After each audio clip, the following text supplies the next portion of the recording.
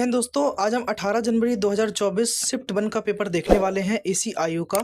ठीक है, ACIU और IB का पेपर जो हमारा हुआ था जनवरी मंथ में, उसका पेपर का प्रीवियस ईयर का पेपर अब हम कहेंगे क्योंकि ये पेपर हो चुका है। तो इसके हम 18 तारीख की पहली शिफ्ट का पेपर देखने वाले हैं क्योंकि पेपर सिर्फ 2 ही दिन चले थे, 17 और 18 को। 17 तारीख के ऑलरेडी मैंने सभी शिफ्ट के पेपर के सोल्यूशन डाल दिए हैं, मतलब जीके के जितने भी हैं, और बकाया 18 से हम स्टार्ट करते हैं। तो क्वेश्चन नंबर 1 पहला आपके सामने जो कि है क्वेश्चन नंबर 1 18 तारीख का जो कि पहला आपके सामने है कि प्राकृतिक संसाधन के संबंध में निम्नलिखित में से कौन सा कथन सही है। 2 स्टेटमेंट दिए गई हैं और उनके ऑप्शन दिए गए हैं। तो जरा ध्यान से देखेंगे।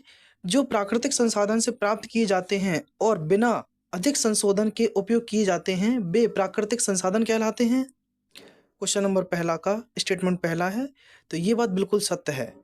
प्राकृतिक संसाधनों को मोटे तौर पर हम क्या कहते हैं, नवीकरणीय और गैर नवीकरणीय संसाधनों में वर्गीकृत किया गया है। ये भी बात सही है कि हमारे जितने भी प्राकृतिक संसाधन हैं उनको हम नवीकरणीय और गैर नवीकरणीय संसाधनों में विभाजित करते हैं।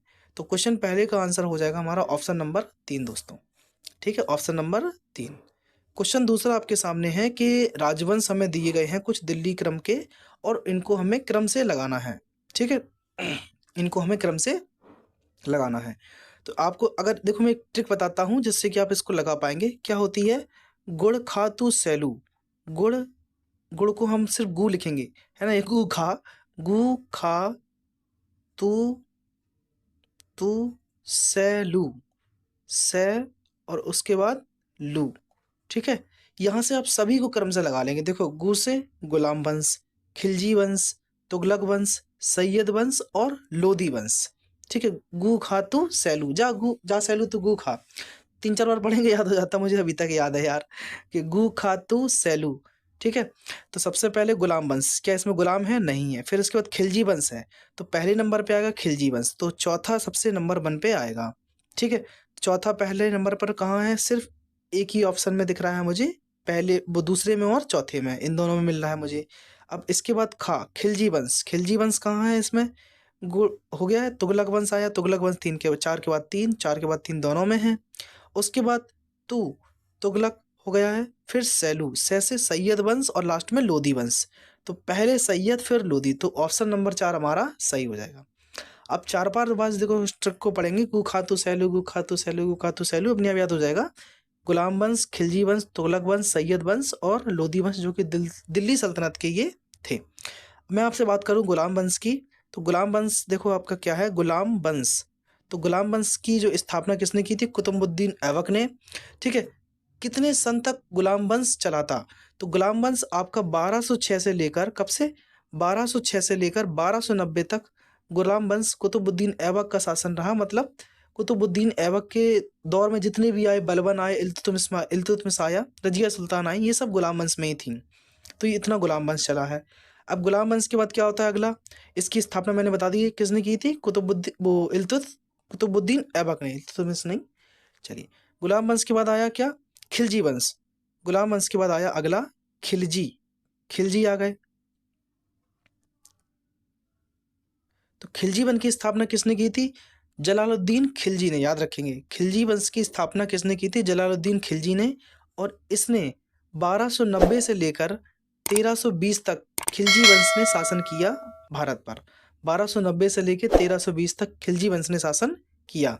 ठीक है, उसके बाद कौन आया अगला? तुगलक वंश। कौन आया? तुगलक वंश, तुगलक वंश। तो तुगलक वंश की स्थापना किसने की? गयासुद्दीन तुगलक ने। तुगलक वंश की स्थापना किसने की? गयासुद्दीन तुगलक ने। ये कब से कब तक रहा? 1320 से लेकर 1398 ईस्वी तक रहा। 1320 से लेकर 1398 ईस्वी तक रहा आपका तुगलक वंश। ठीक है, उसके बाद आया आपका सैयद वंश। ठीक, सैयद वंश, सैयद वंश।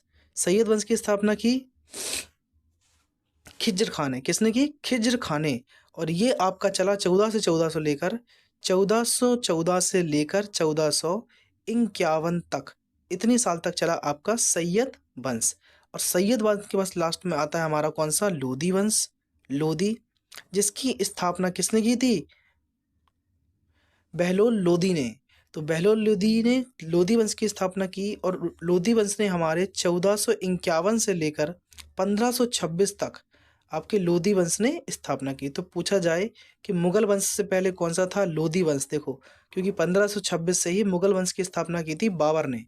ठीक है, तो इस क्वेश्चन का हमारा आंसर क्या हो जाएगा? 4 3 2 1, मतलब पहले 4 फिर 3 फिर 1 उसके बाद 2। ठीक है, 4 3 1 2। और मैंने सभी के बारे में आपको थोड़ा डिस्कशन भी कर दिया है। ठीक, चलिए, दिल्ली सबसे पहले किसके अधीन एक साम्राज्य की राजधानी बनी? तो दिल्ली सबसे पहले जो है वो तैमूर राजपूत के शासन में एक राजधानी बनी, दिल्ली। ठीक है। क्वेश्चन नंबर चौथा है, लिखा है कि हरित क्रांति के प्रथम चरण में लगभग 1960 के दशक के मध्य से 1970 के दशक के मध्य तक निम्नलिखित में से कौन सा high yield variety seeds HYV बीजों का उपयोग अधिक समृद्ध लोगों तक ही सीमित था? तो ये याद रखेंगे। पहले देखो, हरित क्रांति जो है हमारे 1960 से 1970 के दशक में चली है। ये कौन सी पंचवर्षीय योजना है? ये तृतीय पंचवर्षीय योजना है ना। तो यहाँ तक में, और ये आपका क्या है? पंजाब और आंध्र प्रदेश राज्य, इन दोनों राज्यों में ये इसका उपयोग अधिक समृद्ध लोगों तक ही सीमित था। मतलब सिर्फ पंजाब और आंध्र प्रदेश 2 राज्यों में। तो चौथे का आंसर हमारा हो जाएगा पहला ऑप्शन। पांचवा देखिए क्या लिखा है आपके सामने दोस्तों। आइए देखिए, पांचवा क्वेश्चन लिखा है कि निम्नलिखित में से किसे 2003 के 92वां संशोधन अधिनियम के तहत भारत की संविधान की 8वीं अनुसूची में अनुसूचित भाषाओं के रूप में जोड़ा गया था? तो संविधान की 92वां संशोधन जो संविधान में हुआ था, जिसमें कि 2003 में हुआ था, इसमें टोटल 4 भाषाओं को जोड़ा गया था दोस्तों। ठीक है, 8वीं अनुसूची में कौन कौन सी थी हमारी? बोडो, आप याद रखेंगे, बोडो, डोगरी और मैथिली और संथाली। बोडो, डोगरी और मैथिली। मैथिली कहाँ की है? बिहार की है। और लास्ट में संथाली है। ठीक है, ये 4 भाषाओं को जोड़ा गया था आपके 92वें संविधान संशोधन 2003 के द्वारा संविधान की 8वीं अनुसूची में। तो यहाँ पर भी यही पूछा गया है, कौन सी भाषा को जोड़ा गया था? तो बोडो और डोगरी को, है ना। कोंकणी नहीं जोड़ी गई थी। अच्छा, कोंकणी कब जोड़ी गई थी? ये 71वां संविधान संशोधन हुआ था हमारा 1992 का, जिसमें कि हमने नमक 3 भाषाओं को जोड़ा गया था। 1992 में 71वां संविधान संशोधन हुआ था। 1992 में 71वां संविधान संशोधन के तहत संविधान की 8वीं अनुसूची में हमने 3 भाषाओं को जोड़ा, नेपाली, मणिपुरी और कोंकणी को। तो कोंकणी हमारी 71वें संविधान संशोधन के तहत जोड़ी गई थी।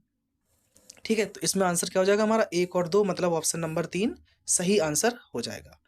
क्वेश्चन नंबर 6वां दोस्तों आपके सामने है कि मानव विकास सूचकांक की परिकल्पना के लिए निम्नलिखित में से किस सूचकांक का उपयोग किया जाता है? ठीक है, तो जीवन प्रत्याशा जो होती है हमारी, लाइफ एक्सपेक्टेंसी, इसको हम इसमें HDI में शामिल करते हैं, ह्यूमन डेवलपमेंट इंडेक्स में। और हमारा जो एजुकेशन है, शिक्षा सूचकांक, इसको भी शामिल किया जाता है इसमें। जो है नेट नेशनल इनकम, इसको हम इसमें नहीं रखते हैं, नेट नेशनल इनकम को नहीं रखते हैं। कुछ और चीज़ें देखो आपको मैं बता देता हूँ। नेट नेशनल इनकम के अलावा ये आपकी GNI जो है, ग्रॉस नेशनल इनकम जो है, ये हमारी HDI में रहती है। मानव विकास सूचकांक का एक सूचकांक है जिसकी हम कल्पना करते हैं। GNI के अलावा क्या है हमारा? Gender inequality index. ठीक है, जेंडर इनइक्वलिटी इंडेक्स जो कि लिंग असमानता सूचकांक होता है। तो जीवन प्रत्याशा सूचकांक, शिक्षा सूचकांक, GNI और जेंडर इनइक्वलिटी इंडेक्स। ठीक है, GII। ये ऐसी 4 चीज़ें हैं जिनको हम ह्यूमन डेवलपमेंट परिकल्पना के में इन सूचकांक का उपयोग किया जाता है। ठीक, तो हमारा यहाँ पर तीसरा तो गलत हो गया। आपका ऑप्शन नंबर कौन सा सही हो जाएगा? तीसरा। 1 और 2 सही होंगे 6वें में। चलिए, क्वेश्चन नंबर 7 आपके सामने दोस्तों है। लिखा है कि दिसंबर 2023 तक के अनुसार किस राज्य में विधान परिषद है? देखो, इस समय दिसंबर 2023 तक के अनुसार भारत में 5 राज्यों में विधान परिषद है टोटल। इसके पहले भारत में 6 राज्यों में विधान परिषद थी। आपको पता होना चाहिए इस चीज़ का, है ना। लेकिन 2019 में क्या हुआ है कि जम्मू कश्मीर को, जब से जम्मू कश्मीर का जो 370 हटाया गया है ना जम्मू कश्मीर से, तो जम्मू कश्मीर को हमने विधानसभा का जो दर्जा, राज्य का दर्जा हटा दिया था, उसको UT बना दिया था 370 के द्वारा। ठीक, अब 5 राज्यों में से पहले थी हमारी 6 राज्यों में। कौन कौन से? यूपी, बिहार, आपके यूपी, बिहार के बाद जम्मू एंड कश्मीर में, जम्मू कश्मीर के बाद महाराष्ट्र में और तेलंगाना में। यहाँ सब थी इन 6 राज्यों में, यूपी, बिहार, जम्मू कश्मीर, और ये कौन सा है हमारा? महाराष्ट्र और तेलंगाना और कर्नाटका, एक याद रखेंगे आप कर्नाटका। तो ये 6 थे, लेकिन 2019 में जम्मू कश्मीर को हटा दिया गया। तो इस समय सिर्फ जो विधान परिषद है हमारी, वो आपको सिर्फ 5 राज्यों में देखने को मिलेगी, उत्तर प्रदेश, बिहार, आपका महाराष्ट्र में और तेलंगाना में और कर्नाटका में। तो ये 5 राज्य हैं, दोबारा याद रखेंगे आप, उत्तर प्रदेश, बिहार, महाराष्ट्र, तेलंगाना, कर्नाटक। ठीक, पूछ रहा है कि निम्नलिखित में से किस राज्य में विधान परिषद है, तो इतना देखो सरल सा आ गया है, उत्तर प्रदेश में एक विधान परिषद है, ना गोवा में है, ना उत्तराखंड में है, ना पंजाब में है। ठीक है, चलिए क्वेश्चन नंबर 8वां लिखा है, एक सेकंड, 8वां आपके सामने है कि मुख्य चुनाव आयोग के संबंध में निम्नलिखित में से कौन सा कथन सही है। हमारे चीफ इलेक्शन कमीशन, इसका आर्टिकल कौन सा है, 224 से लेकर 229 तक, 224 से लेकर 229 तक हमारा चीफ वो चुनाव आयुक्त के बारे में बताया गया है, चुनाव विश्लेषण की प्रक्रिया के बारे में, है ना। और इसमें स्टेटमेंट नंबर पहला देखते हैं दोस्तों कि चुनाव आयोग ने 2001 में अपनी स्वर्ण जयंती मनाई थी। बिल्कुल सही है, ये करेक्ट आंसर है। देखो हमारे जो चुनाव आयोग था, इसकी स्थापना 25 जनवरी 1950 को चुनाव आयोग की स्थापना की गई थी, इलेक्शन कमीशन की स्थापना की गई थी। ठीक है, हमारे भारत के पहले चुनाव आयुक्त कौन थे, सुकुमार सेन भारत के पहले चुनाव आयुक्त थे। और इस समय जो 25 में आपके इलेक्शन कमीशन है, 25 नंबर के election commission, chief election commission जिनको बोलते हैं, ये हमारे कौन है, राजीव कुमार। करंट अफेयर के साथ भी देखो थोड़ा थोड़ा आपको मैं जोड़ता चलता हूँ। ठीक है, राजीव कुमार इस समय हमारे चीफ इलेक्शन कमीशन हैं, जो कि 25वें नंबर के हैं। और ये बात आपको ध्यान रखना है कि 25 जनवरी 1950 को चुनाव आयोग की स्थापना हुई थी। ठीक है, और जो हम वोटर्स डे मनाते हैं वो 25 जनवरी को ही हम वोटर्स डे मनाते हैं। इतनी बात आप याद रखेंगे। तो पहला स्टेटमेंट यहाँ पर सही है। दूसरा लिखा है कि वर्तमान में इसमें मुख्य चुनाव आयुक्त और 2 चुनाव आयुक्त शामिल हैं। बिल्कुल सही बात है। ठीक है, इसमें एक मुख्य चुनाव आयुक्त है जो कि इस समय आपके राजीव कुमार हैं और 2 चुनाव आयुक्त हैं। तीसरा है कि 1993 में पहली बार 2 अतिरिक्त चुनाव आयुक्त किए गए थे। 1993 में 2 अतिरिक्त चुनाव आयुक्त किए गए थे क्या, नहीं, ये गलत है, ये अभी हुए हैं, उस समय नहीं थे। और चौथा स्टेटमेंट है यहाँ पर, देखो तीसरा गलत है, तो पहला दूसरा सही है, पहला दूसरा सही है, पहला दूसरा इसमें तो हटा ही देंगे, इसमें भी हटा देंगे। अब ये दोनों बचे हैं, चौथा पढ़ लो बस।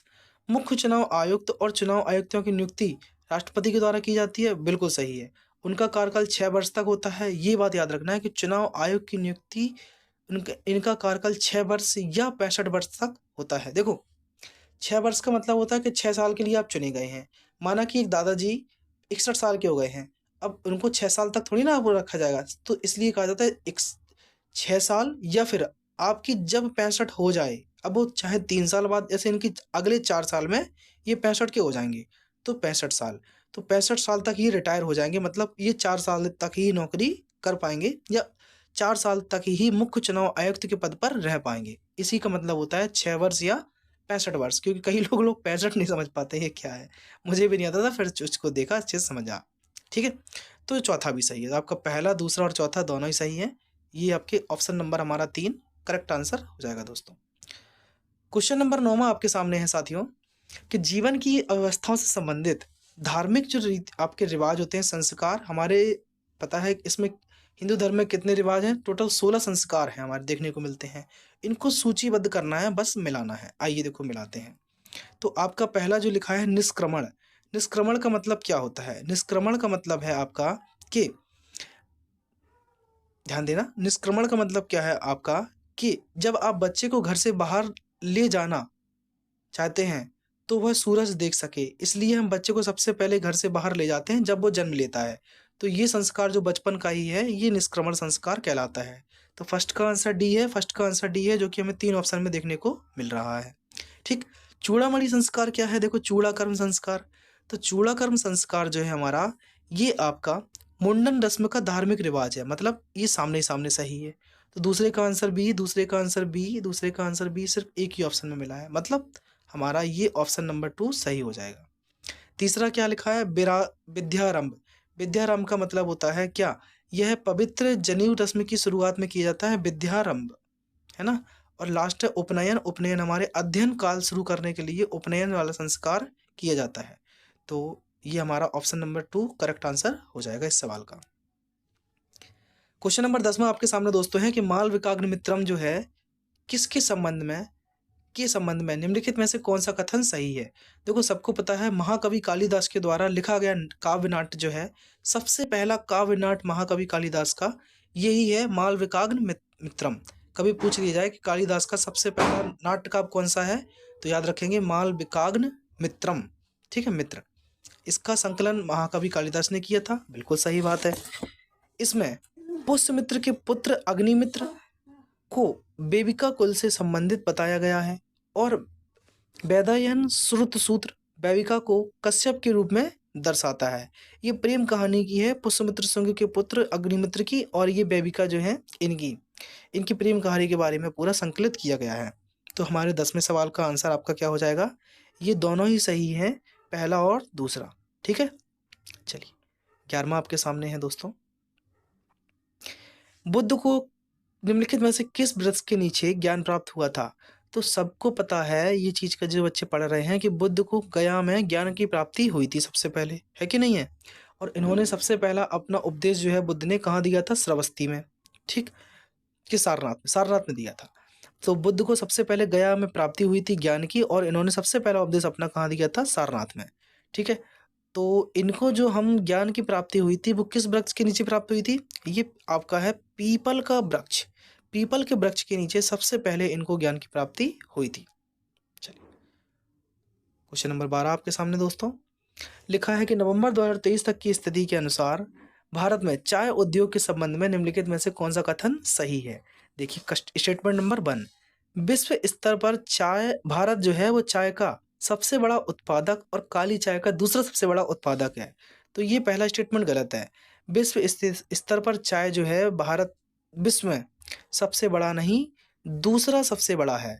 सबसे बड़ा कौन सा है, चाइना पहले नंबर पर, और दूसरे नंबर पर है भारत। तो पहला स्टेटमेंट यहाँ गलत हो जाएगा। इसको करेक्ट कर रहे हैं ना अपन, कि भारत जो है वो दूसरा सबसे बड़ा उत्पादक है, और काली मिर्च का पहला, दूसरा नहीं, ये फर्स्ट है, सबसे बड़ा उत्पादक है।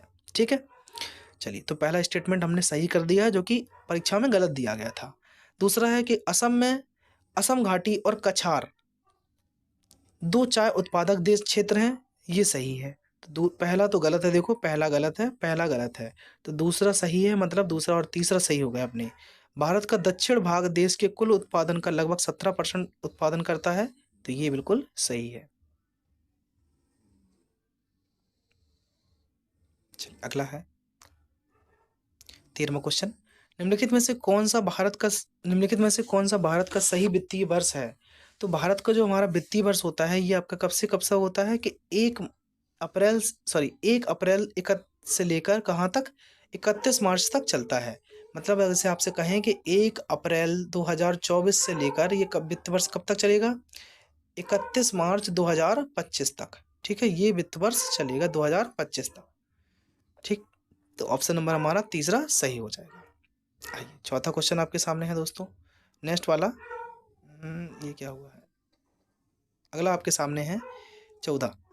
हुमायूं के मकबरे के संबंध में कौन सा कथन सही है। ध्यान दो, 1570 में निर्मित इस मकबरे का विशेष सांस्कृतिक महत्व है, क्योंकि यह भारतीय उपमहाद्वीप का पहला उद्यान मकबरा था। ये बिल्कुल सत्य बात है ना।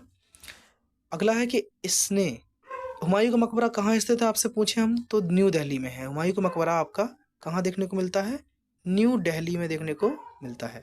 ठीक, अगला क्या है, इसने कई प्रमुख वास्तुशिल्प नवाचारों को प्रेरित किया, जिसकी परिणति ताजमहल के निर्माण में हुई थी। हाँ, ये भी बिल्कुल सही है। तो आपका पहला और दूसरा बिल्कुल सही जवाब हो जाएगा। क्वेश्चन नंबर 15 है, पंचायती राज के संबंध में। हम 24 अप्रैल को पंचायती दिवस के रूप में मनाते हैं, सबको पता होना चाहिए। पहली बात तो ये, पंचायती राज मंत्रालय जो है के संबंध में कौन सा कथन सही है, आइए देखते हैं। तो पंचायती राज जो हमारा है वो है संविधान के 73वें संवैधानिक संशोधन के तहत 1992 में, कब, 1992 में हमने पंचायती राज को बनाया था एक। ठीक है, और पंचायती राज दिवस हम कब मनाते हैं, 24 अप्रैल को मनाते हैं। और इसके अभी जो पंचायती, एक सेकंड आते हैं हम उस पर भी। पंचायती राज मंत्रालय भारत सरकार की एक शाखा है जो विकेंद्रीकरण, मतलब केंद्र से हटकर डिसेंट्रलाइजेशन, पूरी जगह विकास करना, इस तरीके से इसको बोलते हैं विकेंद्रीकरण। ठीक है। तो विकेंद्रीकरण और राज्यों में स्थानीय शासन की चल रही प्रक्रियाओं की देखरेख करता है, तो सही बात है। दूसरा स्टेटमेंट है, इसे मई 2004 में गठित किया गया था और इसका नेतृत्व कैबिनेट स्तर के मंत्री करते हैं, ठीक है, तो ये भी बिल्कुल सही है। तीसरा स्टेटमेंट है कि दिसंबर, देखो पहला दूसरा सही है तो इसको हटा दीजिए, इसको हटा दीजिए, इसको हटा दीजिए। अब पहला दूसरा सही हो गया अपने आप ही, तीसरा गलत हो जाएगा, है ना। दिसंबर 2023 तक की स्थिति के अनुसार इसके अध्यक्ष रमन कुमार है, नहीं ये गलत है। दिसंबर 2023 तक की स्थिति के अनुसार आपके जो पंचायती राज है इसके जो अध्यक्ष हैं वो हमारे हैं मनोज कुमार। कौन है, याद रखेंगे दोस्तों, मनोज कुमार सिंह, ठीक है। चलिए क्वेश्चन नंबर 16 लेते हैं। आइए क्वेश्चन 16 आपके सामने है कि संयुक्त राष्ट्र मानव विकास सूचकांक ह्यूमन डेवलपमेंट इंडेक्स के संबंध में कौन सा कथन गलत है। अब हमें गलत निकालना है एक्चुअली, ठीक है। देखिए जरा, तो इसमें क्या क्या लिखा है कि HDI तीनों आयामों में, पहला स्टेटमेंट, तीनों आयामों में से प्रत्येक के लिए सामान्यीकृत सूचकांकों का हरात्मक माध्य है, गलत, ये हरात्मक माध्य नहीं है, पहला गलत हो गया है, ठीक है। अगला है कि स्वास्थ्य आयाम का आकलन जन्म के समय जीवन प्रत्याशा से किया जाता है, बिल्कुल सही बात है। तीसरा है कि शिक्षा का आयाम 21 वर्ष और उससे अधिक आयु के वयस्कों की स्कूली शिक्षा के वर्षों के आधार पर मापा जाता है, ये भी स्टेटमेंट सही है, ठीक है। तो पहला गलत है, तो पहला यहाँ गलत, मतलब ये भी आपका होना चाहिए ऑप्शन, और ये भी पहला गलत है तो ये भी ऑप्शन होना चाहिए, मतलब पहले और तीसरे में कोई होगा आंसर, है ना। हटा देते हैं, पहले और तीसरे में कोई आंसर होगा ये नहीं होगा, क्योंकि पहला स्टेटमेंट गलत है और हमें गलती निकालना है, ठीक। तो आइए चौथा और पढ़ लेते हैं। दूसरा तीसरा सही है तो इसमें तीसरा तो होगा ही नहीं, है कि नहीं, तो तीसरा हमें हटाना पड़ेगा, सही है, नहीं गलत बात है। तीसरा हमारा गलत ऑप्शन है और पहला आपका ये भी गलत है, दूसरा सिर्फ सही है, तो ये हटा दीजिए आप, और इसको भी हटा दीजिए और इसको भी हटा दीजिए। चौथा बिल्कुल सही है आपका कि जीवन स्तर का आयाम प्रति व्यक्ति आय राष्ट्रीय सकल राष्ट्रीय आय से मापा जाता है, तो पहला और तीसरा गलत है, बकाया आपके पहला और तीसरा गलत है, बकाया दूसरा चौथा सही ऑप्शन आपके स्टेटमेंट है। क्वेश्चन नंबर 17 दिया गया है दोस्तों कि द कलकत्ता मद्रास, आपको सूची 1 से सूची 2 को मिलान करना है, कौन सा सही है। तो द कलकत्ता मद्रास की स्थापना किसने की थी दोस्तों, आइए देखते हैं। क्वेश्चन नंबर हमारा 17, तो द कलकत्ता मद्रास की स्थापना 1781 कब, 1781 ईस्वी में, 1781 ईस्वी में किसने की थी, वॉरेन हास्टिंग ने, बिल्कुल सही है, पहले का आंसर पहला, तो पहले का आंसर पहला एक ही ऑप्शन में मिल रहा है, बकाया ये सब गलत हो जाएंगे, ठीक है। The Asiatic society of Bengal की स्थापना 1784 ईस्वी में विलियम जोन्स ने की थी, ठीक है, इतना भी याद रखेंगे। और तीसरा है बनारस में संस्कृत कॉलेज की स्थापना, ये 1791 ईस्वी में जोनाथन डंकन ने इसकी नींव रखी थी, बनारस में संस्कृत कॉलेज की स्थापना। तो तीनों के डेट याद रखेंगे, 1781 सन को, 1784, 1791। आपका एशियाटिक सोसाइटी ऑफ बंगाल जो है 1784 में बना था विलियम जोन्स के द्वारा। The Calcutta Madras Warren Hastings के द्वारा 1781 में, और बनारस में संस्कृत कॉलेज की स्थापना जोनाथन डंकन के द्वारा 1791 ईस्वी में की गई थी, ठीक है। अभी ये बनारस वाला पूछा गया कई बार एग्जाम में, तो इसको आप याद रखें अच्छे से। क्वेश्चन नंबर 18 आपके सामने है, आपसे कुछ बांध दिए गए हैं और इनको मिलान करना है। देखो बढ़िया बढ़िया बांध है भाई साहब, आइए पढ़ते हैं। देखो मुझे ये दिख रहा है कि उकाई बांध ताप्ती नदी पर है, तो तीसरे का आंसर आप बी ढूंढो, कहाँ है, यहाँ नहीं है, यहाँ नहीं है, और यहाँ भी नहीं है, तो एक ही ऑप्शन बचा है हमारा, ऑप्शन नंबर 4, नहीं भी आ रहा हो फिर भी लगा दिया, तो उकाई बांध हमारे ताप्ती नदी पर है। पहले का आंसर क्या हो जाएगा, जोजबा बांध हमारा नर्मदा नदी पर है, ठीक है। और तीसरे का आंसर उकाई बांध मैंने लगाई दिया, दूसरे का आंसर रविशंकर बांध कहाँ होगा, महानदी पर। एक बचा है बाण सागर बांध, ये आपके कावनी नदी पर देखने को मिलता है, तो आपका ऑप्शन नंबर 4 सही हो जाएगा, ठीक। जारवा जनजाति कहाँ पाई जाती है, तो जारवा जनजाति सबसे ज्यादा अंडमान और निकोबार द्वीप समूह में पाई जाती है, जारवा जनजाति, ठीक है। अच्छा, ट्राइब के बारे में बात करें, सबसे ज़्यादा ट्राइब्स जो है हमारी मध्य प्रदेश राज्य में देखने को मिलती हैं, बहुत सारी ट्राइब्स। लास्ट क्वेश्चन है इस शिफ्ट का, भारतीय संविधान की उद्देशिका के अनुसार भारत एक ऐसा देश है जिसकी निम्नलिखित में से कौन सी प्रकृति विशेषता है, प्रकृति विशेषता है या प्राकृतिक विशेषता है। केवल संप्रभु समाजवादी है ये, नहीं ये गलत है, संप्रभु समाजवादी थोड़ी ना है भारतीय संविधान में। आगे संप्रभु समाजवादी पंथ निरपेक्ष लोकतांत्रिक गणराज्य, ये सही है। तो इसका आंसर हो जाएगा केवल 2। तो 20 का आंसर हम क्या लगाएंगे? Option number 2। ठीक है दोस्तों, तो ये पूरे शिफ्ट के पेपर हो गए हैं आपके। 18 तारीख का पहला शिफ्ट का 20 क्वेश्चन कंप्लीट। और अब मिलेंगे आपसे हम 18 तारीख की सेकंड शिफ्ट के साथ। तब तक अपना ख्याल रखें। जय हिंद।